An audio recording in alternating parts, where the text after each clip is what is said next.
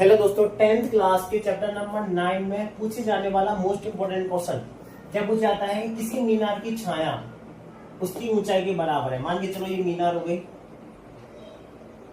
ये आपका सूर्य हो गया, और सूर्य जब इस मीनार पर पड़ेगा उसकी छाया किस तरीके की बनेगी, इस तरीके से बनेगी। तो किसी मीनार की छाया, ये मीनार की ऊंचाई एच मान ली हमने, और उसकी छाया कितनी मानी, ये भी एच मानी। उसने बोला है कि मीनार की छाया उसकी ऊंचाई की क्या है, बराबर है सूर्य का।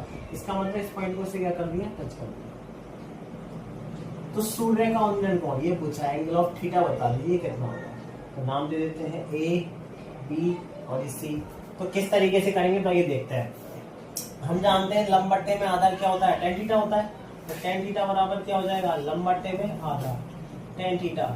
लंब कितना है आपका ए बी, और आधार कितना है आपका BC।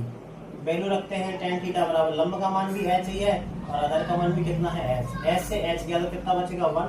तो टेन थीटा इक्वल टू कितना हो जाएगा 1। आगे करते हैं, ये टेन में किसका मान होता है, टेन 45 का मान होता है। एक के स्थान पर टेन 45 रख सकते हैं। टेन से टेन गया तो थीटा का मान कितना आ जाता है 45 डिग्री।